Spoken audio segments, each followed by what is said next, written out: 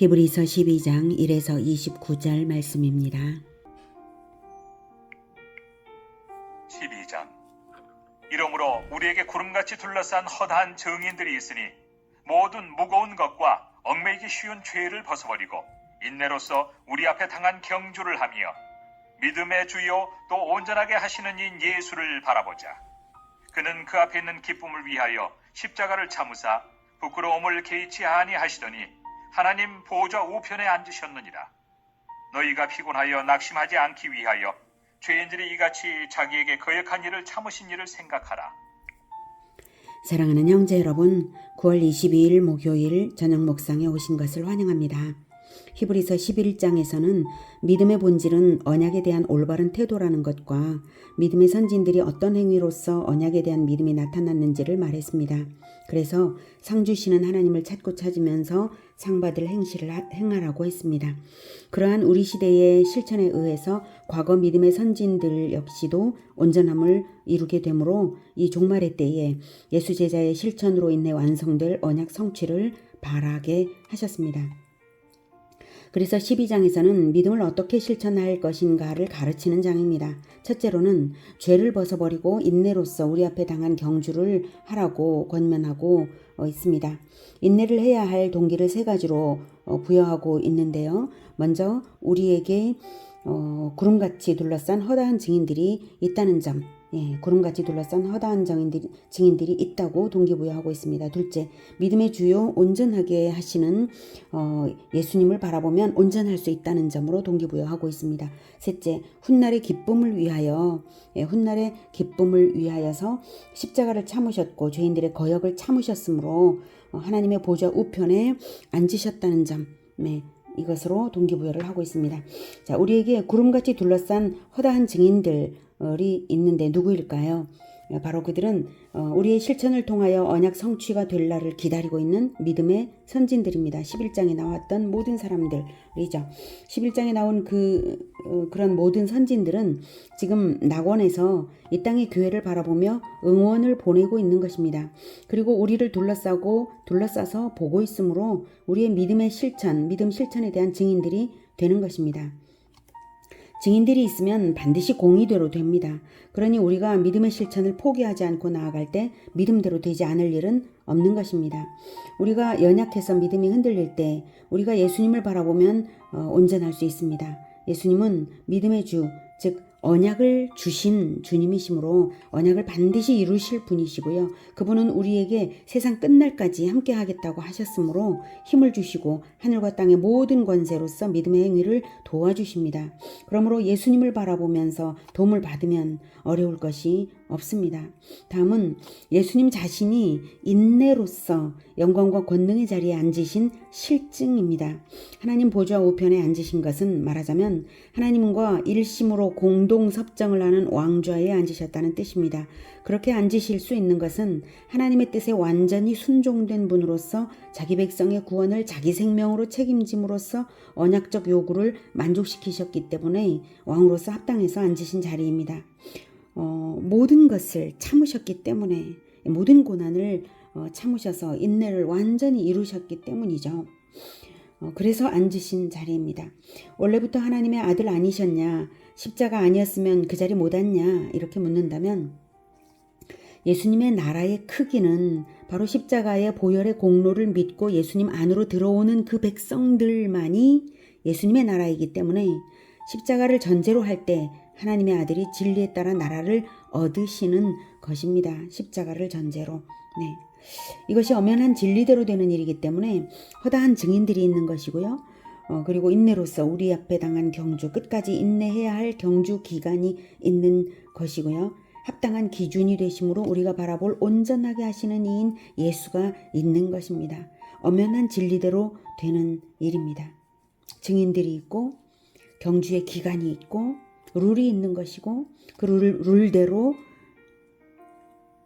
온전한 룰대로 승리하신 예수께서 승리의 영광의 자리를 앉아 계신다는 것입니다. 그래서 믿음은 반드시 인내로서 완성되는 것입니다.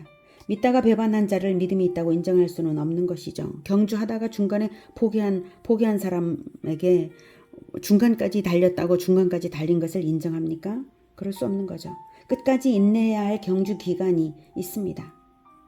반드시 인내로써 배반 없이 결실 맺어야 믿음은 보람이 있는 것입니다. 그런데 결실 맺지 못하여 떨어진다면, 만약 그렇게 된다면 무엇이 원인이 되어서 그렇게 될까요?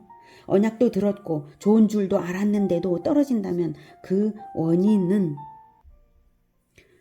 첫째로 죄와 싸우지 않으면 떨어진다는 것입니다. 개인들은 죄와 싸워야 합니다. 둘째로 언약 공동체에서 떨어지면 떨어진다는 것입니다. 그러니까 언약 공동체가 변질되어 버리면 안 되고 언약 공동체에서 개인이 떨어져도 안 됩니다. 그래서 죄와 싸워야 된다는 것과 언약 공동체가 온전해야 된다. 이 두 가지입니다. 죄와 싸우지 않는다는 점은 죄를 가볍게 여겨서 죄가 들어오면 대항하지 않고 너무 쉽게 지고 만다는 문제죠. 언약을 들었어도 죄에 대항하여 싸우지 않으면 소용이 없는 것이죠. 이 문제를 넘어서기 위해서는 강해져야 하는데요. 영적으로 죄를 이기는 강인함을 위해서 하나님이 준비하신 것은 바로 징계입니다. 사실 우리 죄인들은 죄에 워낙에 찌들어 있어서 뼛속 깊이 뼛속부터 죄인이어서 동일한 죄를 한두 번이 아니라 매일같이 습관적으로 짓는 경향이 있거든요. 사람마다 약한 부분들이 있어요. 어떤 사람은 게으름이 약점이어서 늘 그 점에서 넘어집니다. 어떤 사람은 교만이 약점이어서 늘 그 점에서 넘어집니다. 그래서 이것을 넘어서는 데에는 하나님의 징계가 필요한 거예요. 그런데 하나님의 징계가 있으면 그것에 순응해야 하는 것이지, 하나님의 사랑의 징계에 저항하면서 고집스럽게 원망하고 불평하면 징계의 효과도 없고요. 죄를 이길 수도 없고요. 하나님의 징계가 계속 될 수밖에 없는 것이죠. 그러다가 결국은 순종 못하면 결국 넘어지는 거예요. 끝까지 못 가는 거죠. 그렇게 징계하시는 이유를 바로 4절부터 말씀하십니다. 너희가 죄와 싸우되 아직 피 흘리기까지는 대항하지 아니하고 또 아들들에게 권한 것 같이 너에게 권면하신 말씀도 잊었도다.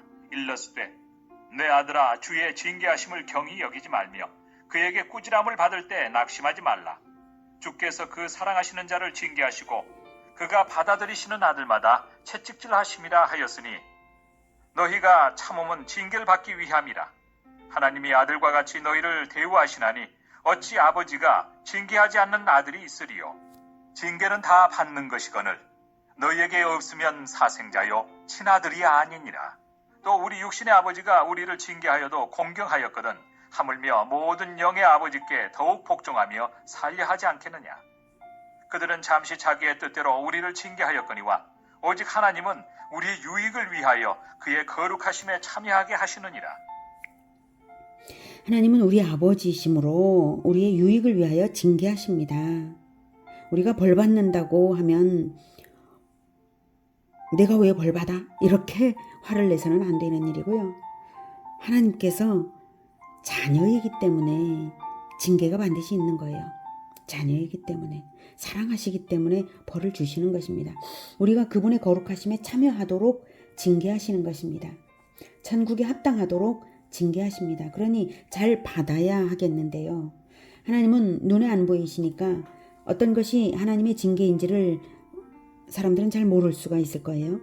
하나님의 매는 구약성경에 보면 일반적으로는요, 질병이나 사고나 인간관계로 인한 고통 등이 있어요.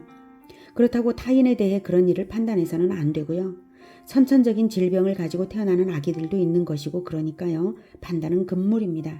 아무튼 자기 자신에 대해서는 무언가 어려움이 발생될 때면 하나님 앞에 즉각 서야 하는 것이죠.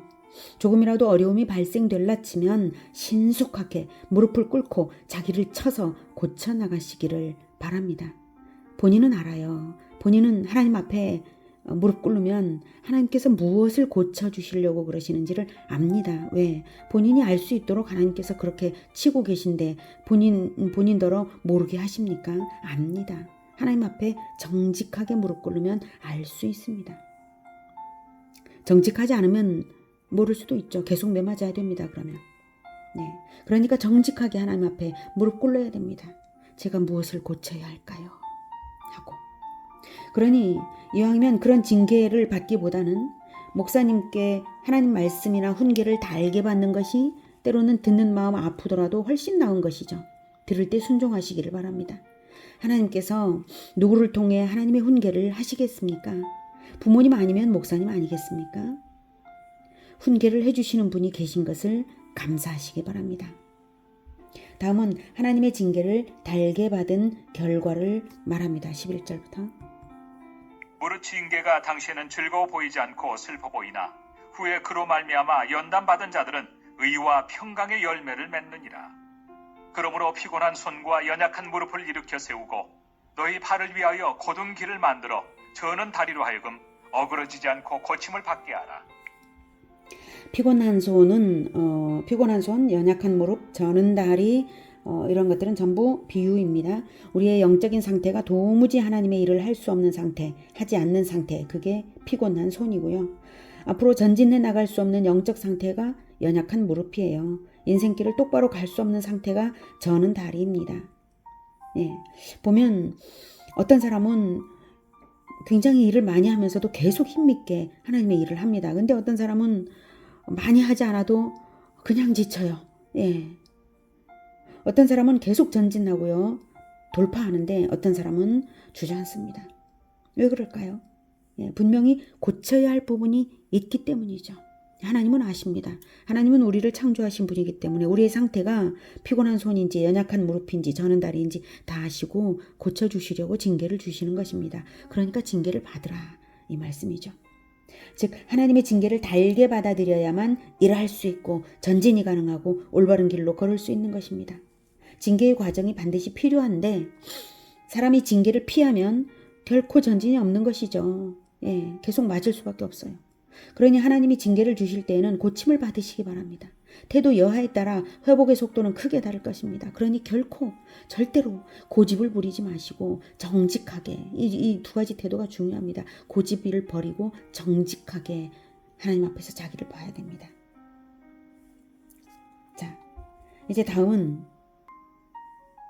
믿음에서 떨어져 나가는 둘째 이유, 바로 언약 공동체에서 떨어진다는 것이죠.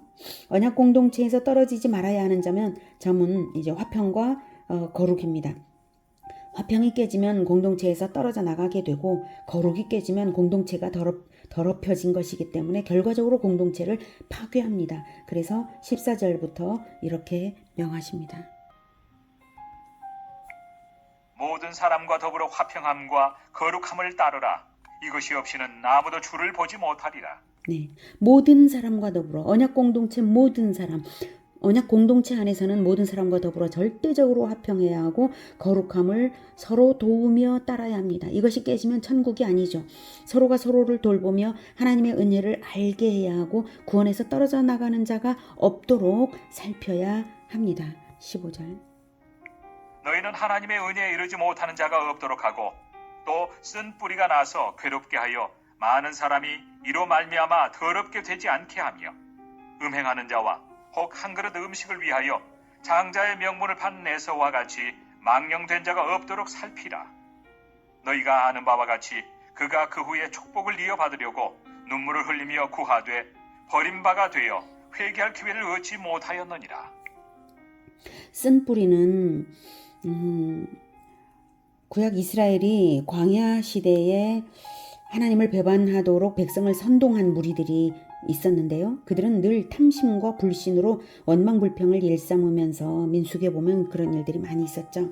다른 사람들에게 악한 영향을 끼치면서 함께 더러워지게 만드는 자들이었습니다. 그처럼 원망불평이나 이기심이나 교만이나 미움이나 시기 질투 등으로 상대를 비방하면서 공동체를 무너뜨리는 경우가 없게 하라고 하고 있습니다. 15에서 16, 17절은 전부 공동체를 살피라는 내용입니다. 음행은 반드시 상대가 있는 범죄이기 때문에 그 자체가 사회적 범죄이고요. 가정을 깨뜨리는 것이고 음란한 것은 퍼져나가게 되어 있습니다. 음행이 있어서는 교회가 흔들리게 되는 일입니다. 절대 안 되죠. 그 다음 한 그릇 음식을 위하여 장자의 명분을 판 에서와 같이 망령된 자가 없게 하라는 건데 이것은 이런 사람은 바로 물질적인 탐욕으로 영적인 일을 팔아넘기는 자를 말합니다. 구원의 진리를 지키는 일은 한순간의 물질적 욕심이나 근심 때문에 양보되어서는 안 되는 절대적인 문제입니다.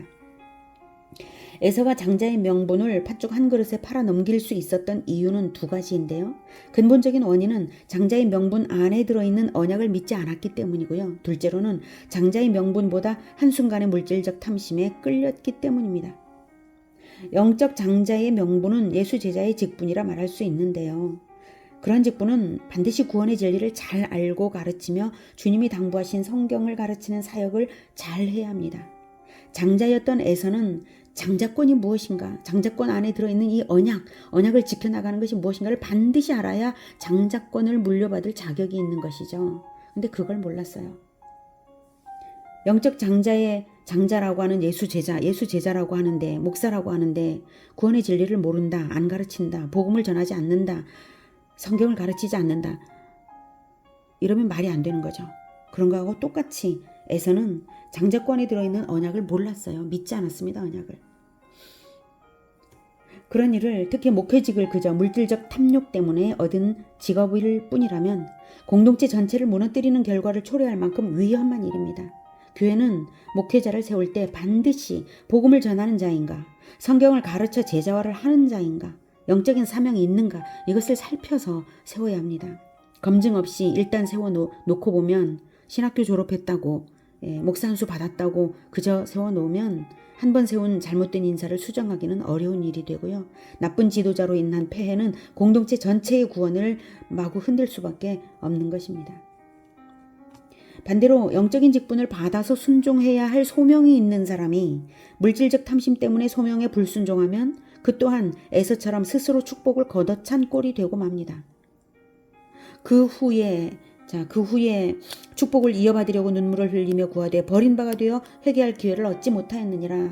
이렇게 되지 않도록 가장 먼저는 구원의 진리를 분명히 알고 자기가 맡은 자들에게 부지런히 가르치면서 자기가 맡은 그 직분으로 인한 축복이 얼마나 대단한 것인가를 알고 그 직분에 대해서 충성하면서 물질적 탐심 때문에 구원의 문제를 걷어차는 일이 있어서는 결코 안 되는 것입니다. 물질적 근심 때문에도 구원의 문제를 걷어차는 일이 있어서는 결코 안 되는 것입니다. 하나님께서 다 보장하시고 평안케 하십니다. 한때 어려워도 인내하고 참으면서 하나님께서 주신 소명을 제대로 감당해야 되는 거예요. 자, 이렇게 믿음에서 떨어져 나가는 두 가지 원인, 개인적으로 죄와 싸우지 않으면 떨어진다는 것과 공동체적으로는 공동체에서 떨어지거나 공동체가 오염되고 파괴되면 결실은 없다는 것을 말했습니다. 자, 이제 우리가 영안을 떠서 언약을 받은 자라면 우리의 영적 실존이 어디 있는지, 우리에게 언약을 주신 분이 어떤 분이신지를 알면 결코 언약을 배반하지는 못할 것이므로 저자는 이 두려운 두 가지 진실을 말합니다. 그것은 언약을 받은 자들이므로 우리가 도달한 영적 실존의 세계가 아주 두려운 곳이다. 그것이 첫째고요. 둘째, 우리에게 언약을 주신 분은 바로 심판주이시다. 이 두 가지를 말합니다. 자, 그 첫째 점 18절부터 보겠습니다.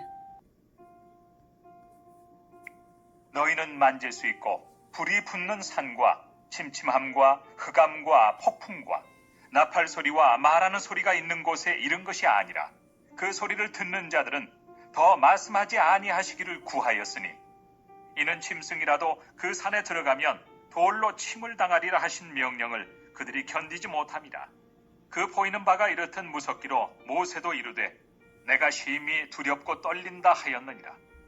그러나 너희가 이른 곳은 시온산과 살아계신 하나님의 도성인 하늘의 예루살렘과 천만 천사와 하늘에 기록된 장자들의 모임과 교회와 만민의 심판자이신 하나님과 및 온전하게 된 의인의 영들과 새 언약의 중보자이신 예수와 및 아벨의 피보다 더 나은 것을 말하는 뿌린 피니라.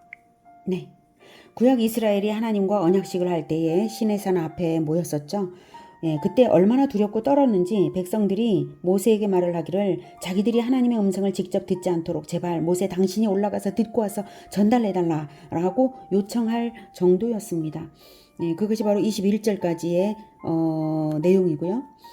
그들도 그렇게 두려워했는데 우리는 더 두려운 실존 가운데 실존적인 그 실존에 서 있다라고 하는 거죠. 우리가 서 있는 곳, 그곳은 우리가 영적으로 바로 도달한 그 영적인 시내산, 영적으로 신의 산에 도달한 자들이나 마찬가지라는 것입니다. 우리가 늘 우리의 영혼이 마주하는 우리의 영적 신의 산이 무엇인가 하면 바로 너희가 이른 곳은 시온산, 하늘의 시온산과 살아계신 하나님의 도성인 하늘의 예루살렘과 천만천사와 바로 우리가 지금 그 앞에 있다는 겁니다. 하늘의 예루살렘에 있다는 것이고 천만천사가 우리가 바로 천만천사 앞에 있다는 것이고 무하늘에 기록된 장자들의 모임, 장자들의 모임은 하늘에 기록되는 생명책에 기록된 것입니다.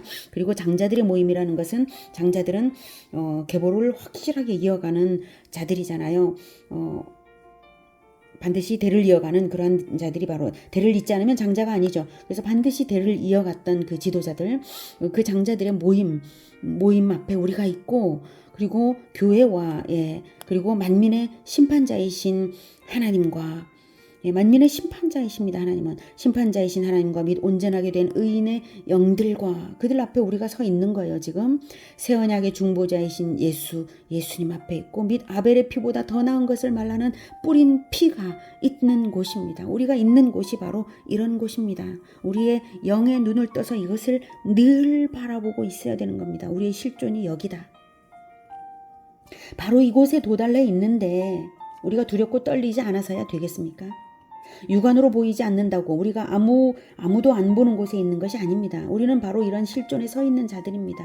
우리 주변에 하늘 예루살렘이 있고 천만천사가 있고 하나님의 도성이 있어요. 예수님의 뿌린 피가 있어요. 언약을 받은 자가 알아야 할 두려운 점 둘째는 바로 우리에게 언약을 주신 분이 바로 심판주이시라는 점입니다. 그것을 25절부터 말합니다. 너희는 삼가 말씀하신 일을 거역하지 말라. 땅에서 경고하신 일을 거역한 그들이 피하지 못하였거든 하물며 하늘로부터 경고하신 일을 배반하는 우리일까 보냐. 그때에는 그 소리가 땅을 진동하였거니와 이제는 약속하여 이르시되 내가 또 한 번 땅만 아니라 하늘도 진동하리라 하셨느니라. 이 또 한 번이라 하심은 진동하지 아니하는 것을 영존하게 하기 위하여 진동할 것들 곧 만드신 것들이 변동될 것을 나타내심이라. 그러므로 우리가 흔들리지 않는 나라를 받았은즉 은혜를 받자. 이로 말미암아 경건함과 두려움으로 하나님을 기쁘시게 섬길지니 우리 하나님은 소멸하는 불이심이라. 네, 진동할 것들이 있습니다. 반드시 변동될 것들이 있습니다. 이 땅은 진동되고 사라집니다. 그런데 우리는 흔들리지 않는 나라를 받았습니다. 우리는 흔들리지 않는 나라를 받았는데 심판주이신 주님으로부터 받았습니다. 우리에게 언약을 주신 분이 심판주이시라는 사실은 믿음을 지키는 자에게는 너무나 마음 든든한 일이죠. 흔들리지 않는 나라를 받았기 때문이죠. 흔들리지 않는 영원한 나라를 이미 받았은즉 받은 자의 신분에 합당한 삶을 살아드려야 하는 것입니다. 우리 주님은 심판주이십니다. 흔들리지 않는 나라를 받았음을 믿는 것 자체가 은혜를 받은 것이죠. 그러니 그러한 하나님의 은혜를 받아들이십시오. 그리고 그 은혜에 감격하면서 경건함과 두려움으로 하나님을 기쁘시게 섬겨야 마땅합니다. 하나님은 소멸하는 볼, 두려우신 심판주이십니다.